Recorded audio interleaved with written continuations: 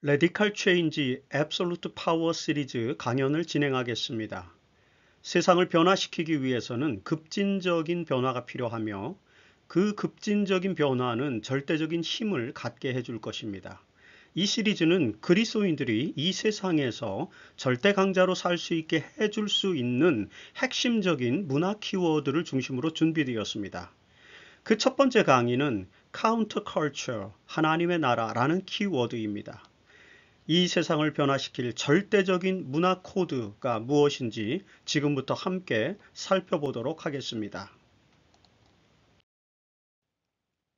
아미시 공동체를 소개하는 글에 보면 이런 내용이 있습니다. 사람들은 이동이 필요할 때 자동차 대신 마차를 타고 다닙니다. 텔레비전이나 라디오 대신에 이웃과의 정다운 대화와 놀이를 즐깁니다. 바쁜 도시인들이 패스트푸드를 먹을 때 땅에서 직접 농사를 지은 밀과 딸기로 만든 파이를 먹고 냉장고의 얼음물 대신에 땅에서 펌프로 퍼올린 시원한 음료를 마십니다. 경쟁보다는 협동으로 문제를 해결하고 인생의 본질이 무엇인지를 배우면서 학교에서 최소한의 필요한 지식과 정보를 공유합니다. 그리고 무엇보다도 가족 관계를 소중하게 여겨서 대가족 사회에서 살아갑니다. 사람들은 이들을 참사리 공동체라고 지칭합니다. 그 사람들은 바로 아미시 공동체 사람들입니다. 오늘날 아미시 공동체가 살아가는 방식에서 나타나고 있는 매우 구체적인 특징이 무엇인지를 우리는 눈치챌 수 있습니다. 바로 현대 자본주의 문화를 거부한다는 것입니다.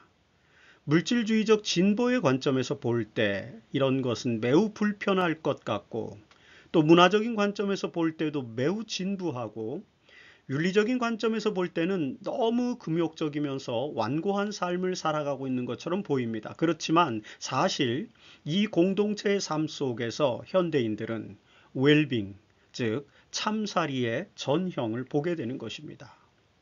더 중요한 것은 이들의 모습은 삶의 질에 만족하지 못하는 현대인들에게 어떤 신선한 충격을 던져준다는 것입니다.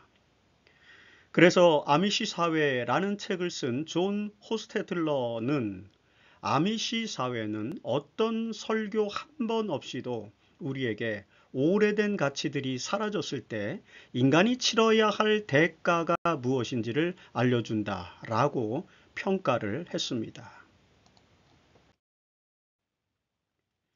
과학 문명의 발달로 지난 세기를 진보의 시대로 이해하는 사람들이 많이 있죠. 사실 물질주의적인 관점에서만 본다면 그럴지도 모르겠습니다. 지난 20세기는 그야말로 놀라운 진보의 세기였습니다. 20세기 문명을 이끈 8대 발명품이라는 것이 있는데 여러분 거기에 어떤 것들이 선정되었는지 아십니까?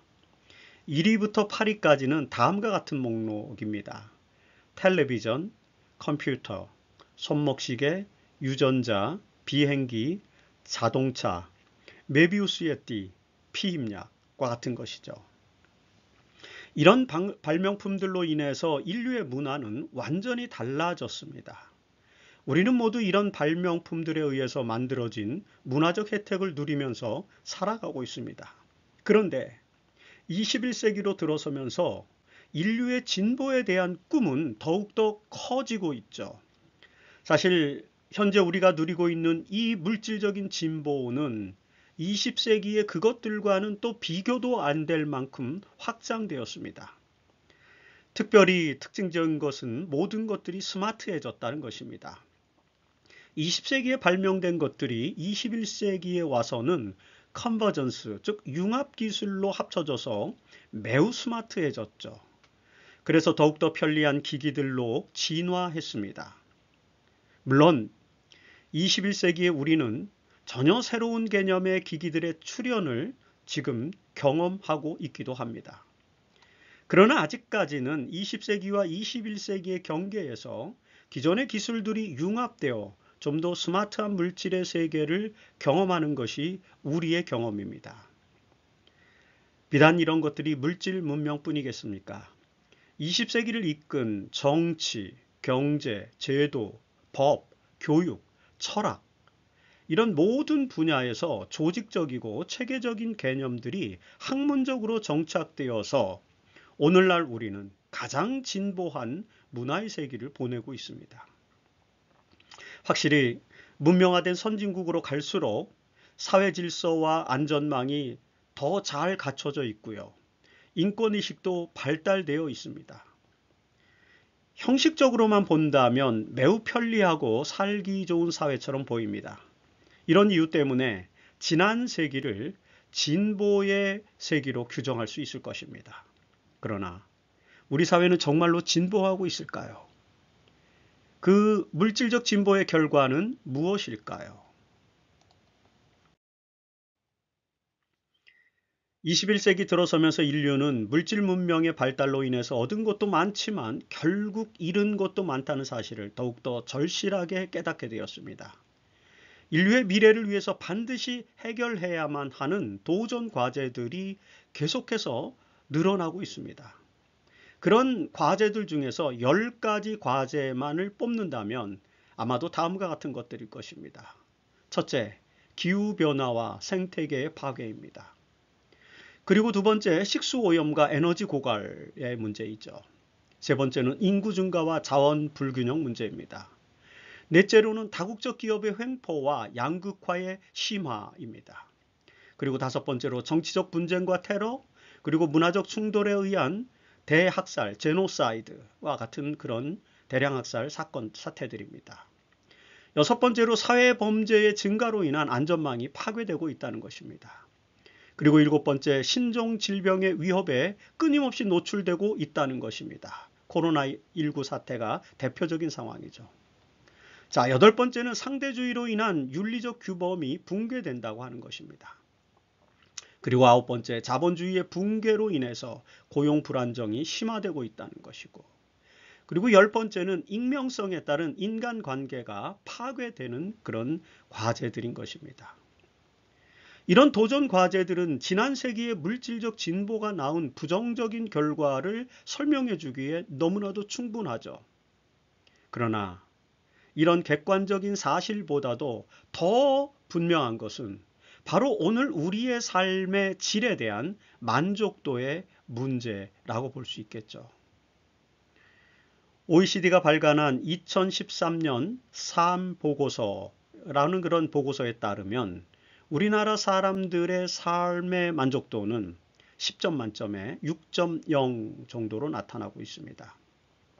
사실 이 수치는 OECD 평균값인 6.62보다도 한참 낮은 수치이죠. 수치가 가장 높은 나라는 스위스였는데요. 7.8이었고요. 헝가리는 가장 낮은 4.7의 수치를 보여주었습니다. 미국은 7.0, 그리고 일본은 우리와 같은 6.0으로 나타납니다. 사실 굳이 이런 통계를 이야기하지 않아도 우리는 잘 알죠. 지금 저와 여러분들의 삶에 대한 만족도가 어쩌면 가장 실질적인 지표가 아닐까요? 그렇다면 20세기, 21세기 이 물질적 진보가 우리에게 가져다 준 결과는 무엇입니까? 그것은 사실 불안을 증폭시키는 심리 코드 9가지 현상에 나타난 그런 현상이라고 볼 수 있습니다.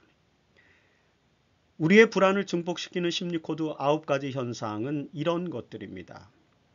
이기심, 고독, 무력감, 의존심, 억압, 자기혐오, 쾌락, 도피, 분노 등등등등.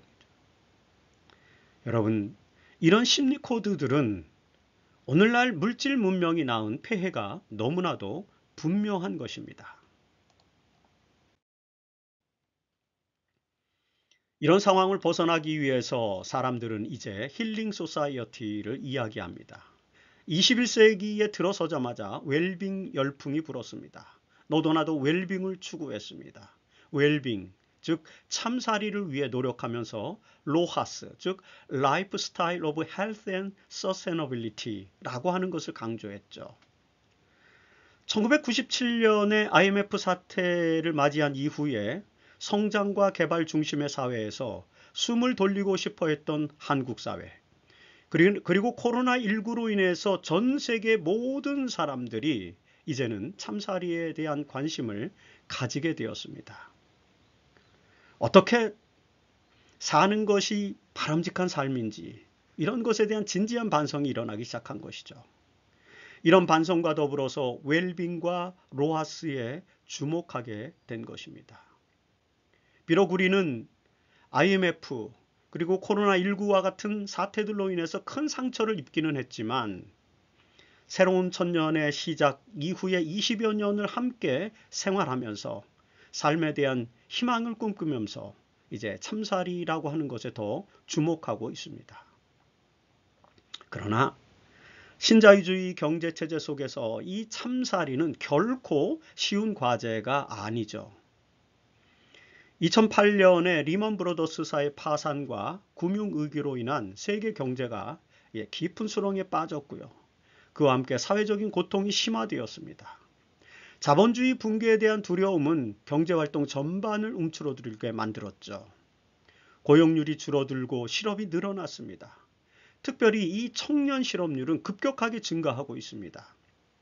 경제적인 위기는 인위적인 상황에서 발생한 것이지만 이 세계 금융 위기 이런 것들은 자본주의 시스템의 경종을 울리는 초사회적 사건으로 발생한 것이기 때문에 이런 것들은 인간의 지혜로는 더 이상 해결할 수 없는 것처럼 보입니다. 이런 절망적 상황에서 양극화는 심해지고 있고요. 계층 간의 갈등의 골이 깊어졌습니다. 경쟁사회로 내몰리면서 사람들은 이제 상처 입은 영혼이 되었고요. 그들은 진정한 힐링을 원하고 있습니다. 그래서 힐링이 대세가 된 것입니다. 힐링 푸드, 힐링 여행, 힐링 캠프, 힐링 로드, 힐링 육아, 힐링 문화. 힐링과 관련된 서적이 100권도 넘게 쏟아져 나오고 있습니다. 그야말로 힐링 소사이어티가 되었다고 볼 수 있습니다. 그런데 여러분, 지금 21세기를 20년도 더 산 이 시점에서 그토록 바라던 힐링 소사이어티가 도래했을까요? 여러분들은 힐링을 받고 계십니까? 아니면 여전히 그 힐링을 간절히 필요로 하고 원하십니까?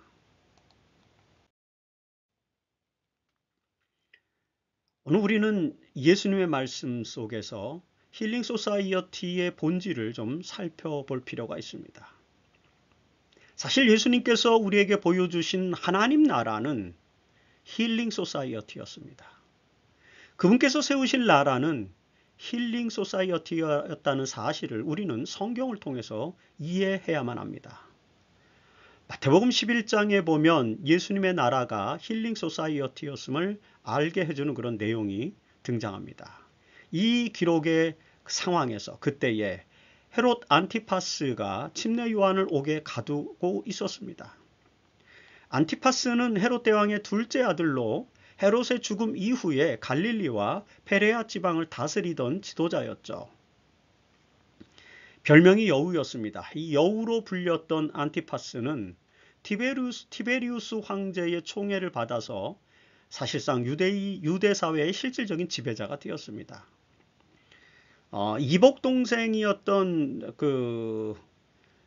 필리푸스, 골란 고원 일대를 지배하던 이 필리푸스의 아내이자 자신의 조카 딸인 헤로디아를 빼앗아 아내로 삼았고요.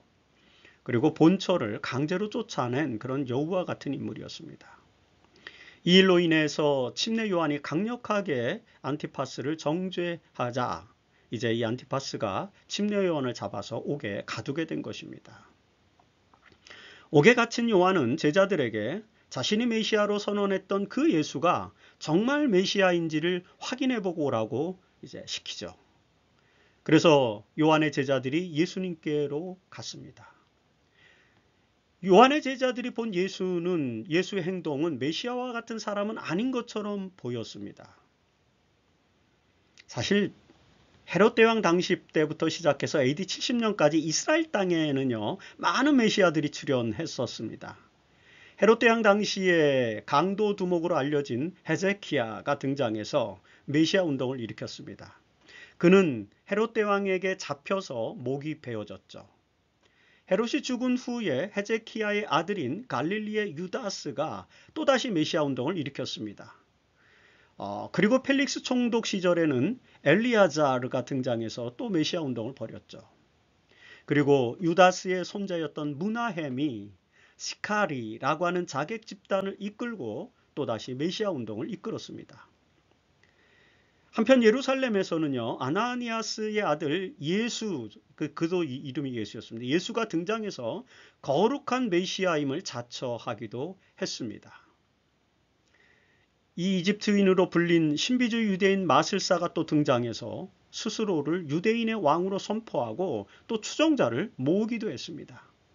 이들은 모두 유대 종교의 열심을 품고 이스라엘의 해방을 위해 칼을 들고 일어나 메시아 운동을 이끌었던 것입니다. 그런데 예수님은 그런 메시아들과는 전혀 다른 모습을 보여주었던 것입니다. 요한의 제자들이 본 예수의 활동은 다른 메시아 운동가들과는 전혀 다른 모습이었습니다. 그 예수의 활동을 성경은 이렇게 정리하고 있죠.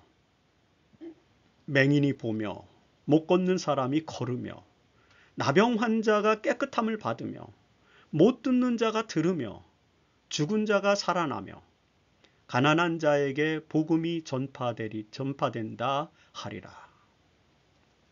여러분, 예수께서 세우고자 하신 나라는 힐링 소사이어티였습니다. 유대인들이 기다리던 칼을 든 메시아와 여기 상처 입은 영혼들을 치료하시는 예수님과 어떤 사람이 하나님 나라를 세우기 위해서 오신 메시아일까요? 그걸 판단하기 위해서 우리가 생각해야 할 것은 하나님의 나라는 어떤 나라인지를 올바로 이해하는 것에 있습니다. 마태복음 11장 이야기의 마지막 부분은 이렇게 정리됩니다. 수고하고 무거운 짐진 자들아 다 내게로 오라. 내가 너희를 쉬게 하리라. 나는 마음이 온유하고 겸손하니 나의 멍에를 메고 내게 배우라. 그리하면 너희 마음이 쉼을 얻으리니 이는 내 멍에는 쉽고 내 짐은 가벼움이라 하시니라. 예수께서 초청하시는 나라는 온유하고 겸손한 나라입니다. 참된 쉼이 있고 진정한 배움이 있고 부담스럽지 않은 짐이 있는 그런 나라입니다. 칼을 들고 로마와 대적하고자 하는 다른 메시아들과는 달리 예수가 꿈꾸는 하나님의 나라는 상처 입은 영혼들을 치료하고 온유하고 겸손한 사람들이 사는 그런 곳입니다. 예수께서 가르쳐 주신 하나님의 나라는 이 세상이 추구하는 가치와는 전혀 다릅니다. 그런데 여러분, 바로 그 예수 그리스도의 그런 가르침이 실천된다면 아마도 모든 사람들에게 참사리가 제공될 것입니다. 하나님의 나라는 그런 모든 사람들에게 참사리를 제공하는 그런 나라인 것입니다. 마태복음 5장에서 예수께서는 그 나라, 하나님 나라의 윤리를 이렇게 가르치십니다. 가난한 자가 복이 있다. 애통하는 자가 복이 있다. 온유한 자가 복이 있다. 의에 줄이고 목마른 자가 복이 있다. 긍휼히 여기는 자가 복이 있다. 마음이 청결한 자가 복이 있다. 화평케 하는 자가 복이 있다. 경쟁과 욕망으로 가득 찬 우리 사회와는 상반되는 나라가 바로 하나님 나라라는 사실을 이 말씀을 통해서 우리는 깨닫게 됩니다. 그리고 이 이야기의 끝에서 예수님께서는 하나님 나라의 문화와 윤리를 한마디로 이렇게 설명하고 계십니다. 마태복음 5장 44절에 있는 말씀입니다. 너희 원수를 사랑하며 너희를 박해하는 자를 위하여 기도하라.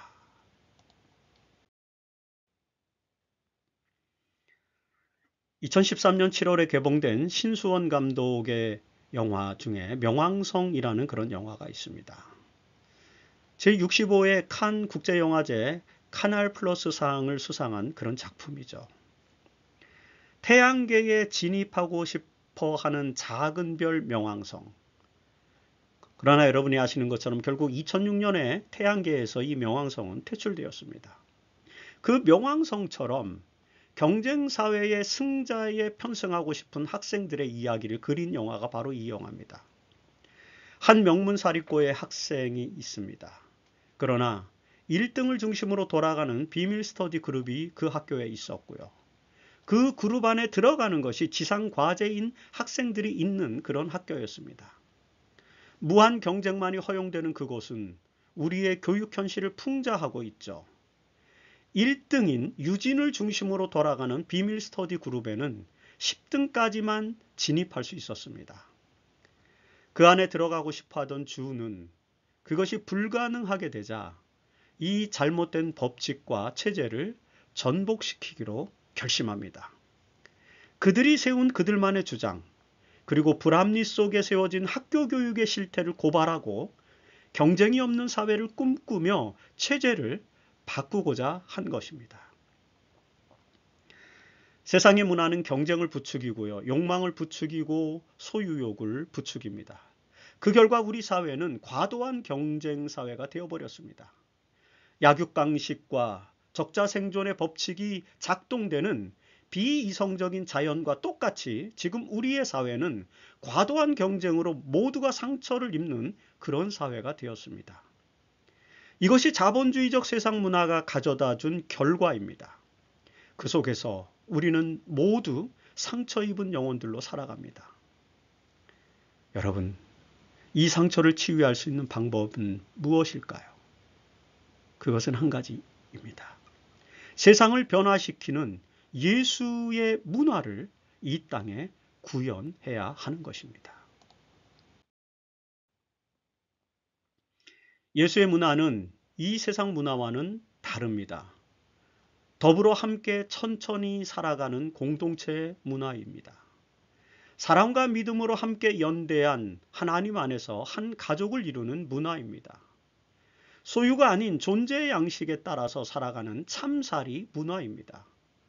존재를 위해 천천히 자기 속도대로 살아가는 그런 슬로우 문화입니다. 예수께서는 이런 문화를 가르치셨고 제자들도 그런 문화 속에서 살아가기를 원하십니다. 이런 점에서 예수의 문화는 현대 물질 사회가 지향하는 경쟁 문화에 대한 카운터 컬처, 대한 문화입니다. 얼터네이티브 컬처가 되는 것입니다. 예수의 제자들은 세상 문화에 적극적으로 대항하는 이 카운터 컬처 속에서 살아가야만 하는 것입니다. 원수를 사랑하라는 예수의 가르침은 카운터 컬처의 정점에 있는 가르침이라고 볼 수 있습니다.